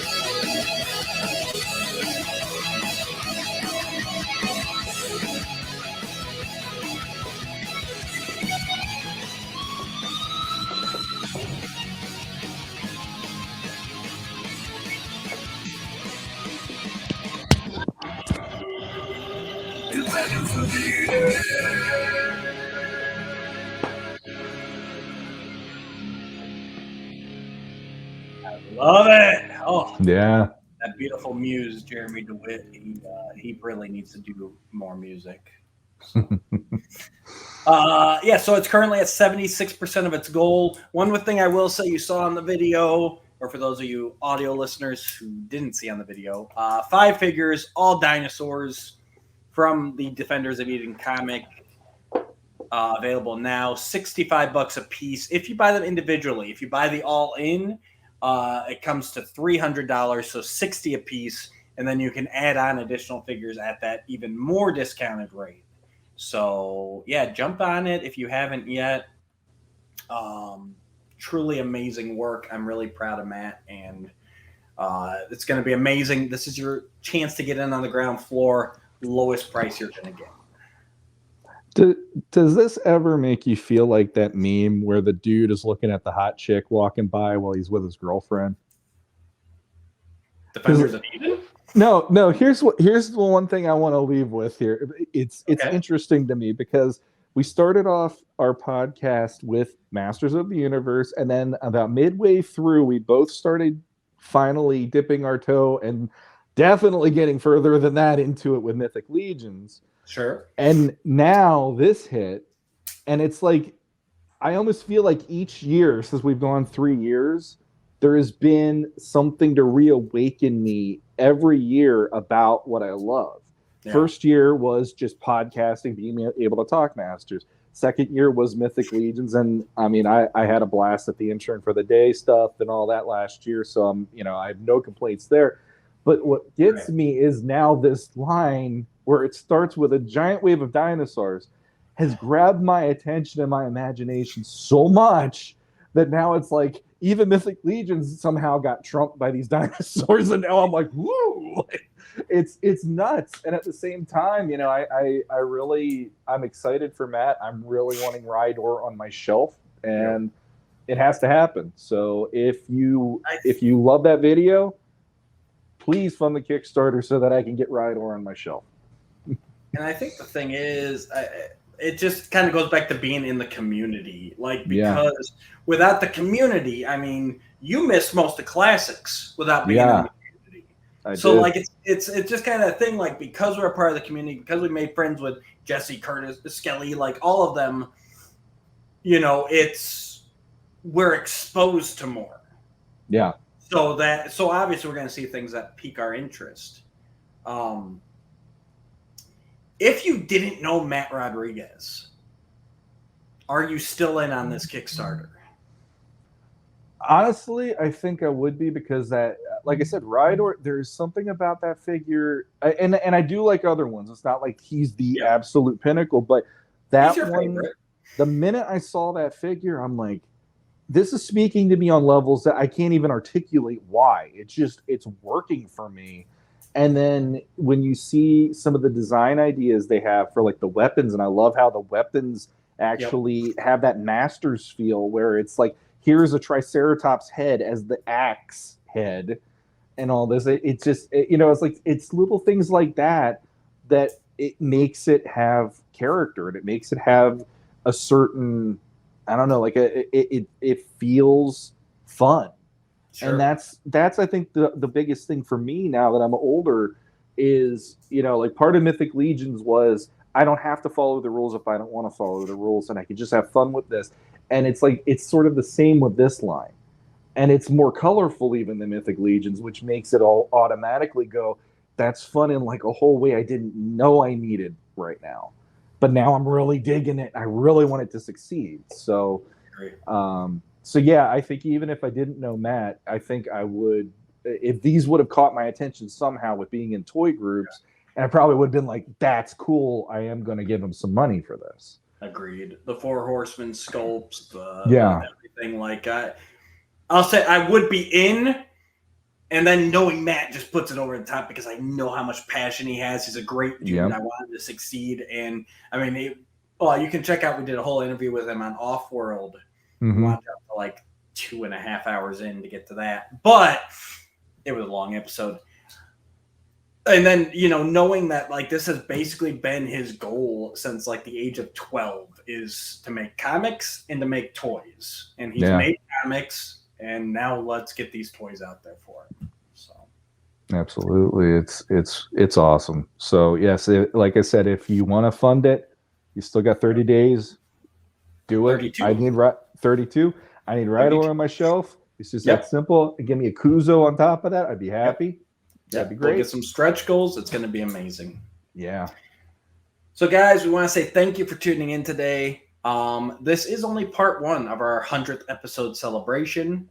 Let's let the cat out of the bag. So part 2 will be coming your way soon. That is going to be our in-depth watch-along review of Masters of the Universe, the 1987 Gary Goddard live-action motion picture.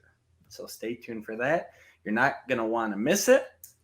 It's kind of interesting that we got so many questions today, kind of pertaining to the 87 movie, and then knowing that we've been planning this for a long time, that's going to be part 2. It's fun. And then part 3 will be coming your way on May 19th. That is a Friday. We're gonna steal Offworld's off week. So May 19th, we're gonna do part 3. We're gonna go live with some surprising content. Not going to let that cat out of the bag yet, but you're going to want to be there.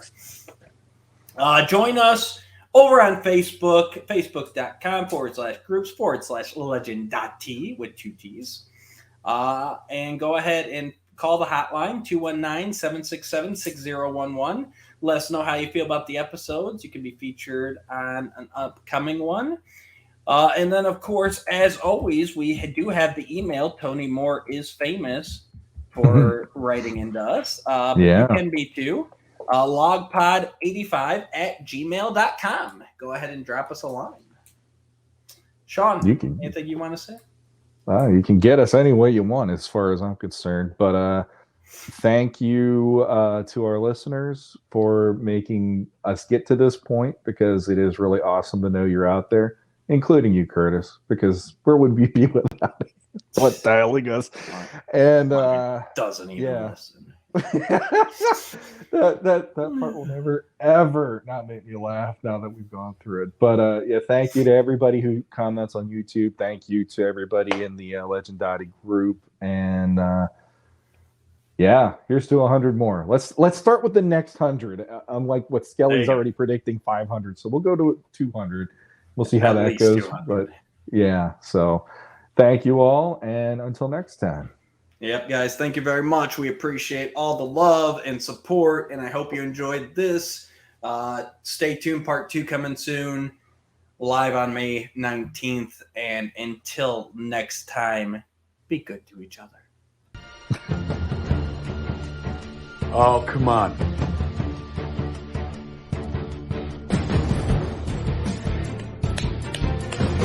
Rock!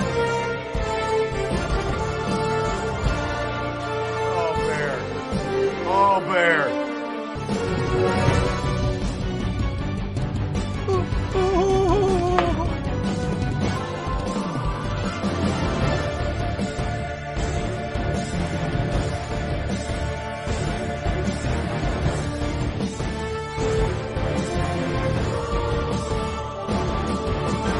Oh.